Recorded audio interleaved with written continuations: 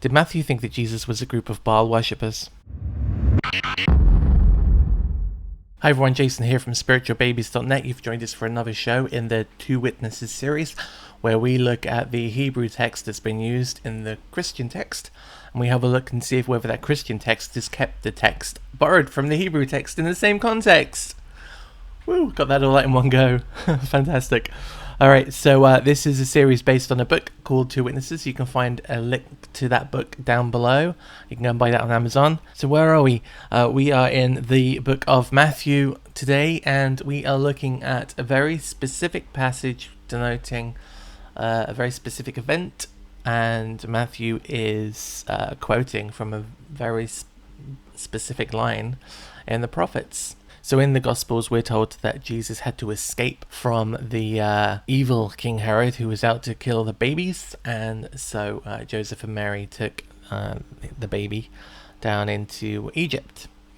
And Matthew continues in Matthew 2:14 to 15. When he arose, he took the young child and his mother by night and departed unto Egypt, and was there until the death of Herod, that it might be fulfilled which is spoken of the Lord by the prophet, saying, Out of Egypt I have called my son. So to nutshell that quickly, Herod wants to kill Jesus. Joseph gets a message to this effect. He takes his wife and the baby, and they flee to Egypt, and they stay there until Herod dies. Matthew is claiming that there was a prophecy to this event in the Hebrew scriptures. So let's go and have a look and see which prophecy he is linking to. Matthew's linking to Hosea 11, and called my son out of Egypt. However, Matthew forgets the beginning of that line. When Israel was a child, I loved him and called my son out of Egypt. So in this verse, Hosea is not looking forward with a prophecy of what's going to happen to Israel,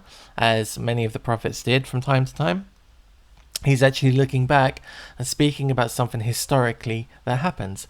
Why is the use of the word son okay in this instance? Well, because of Exodus 4:22, in which the Creator says that Israel was his firstborn son. How do we know that Hosea isn't speaking about some future event, one single person?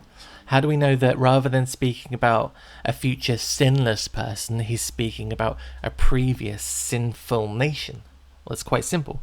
We just keep reading after 11:1. What does 11:2 say? In fact, let's read 11:1 and 2.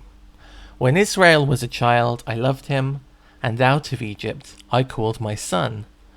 As they called them, so they went from them. They sacrificed to Baals and burned incense to carved images. This is all one line. It's one passage. This is speaking about a people who were called out of Egypt and engaged in sinful idolatry. So either this is about Israel, and the Tanakh context is correct, or Matthew is right and it's about Jesus, and Jesus did those things, and there was more than one Jesus, and Jesus was in the plural, and he sacrificed the Baals and did a whole load of stuff. No, of course not.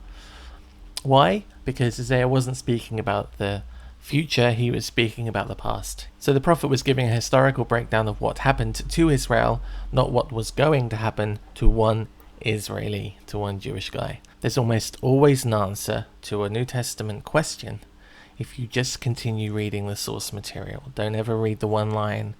Context, context, context. So there we go. That was this week's show. Thank you very much. Don't forget to like and subscribe to this channel. Share this with your friends. If you've got a comment, you can leave it below, and we'll see you all again very soon. Bye-bye.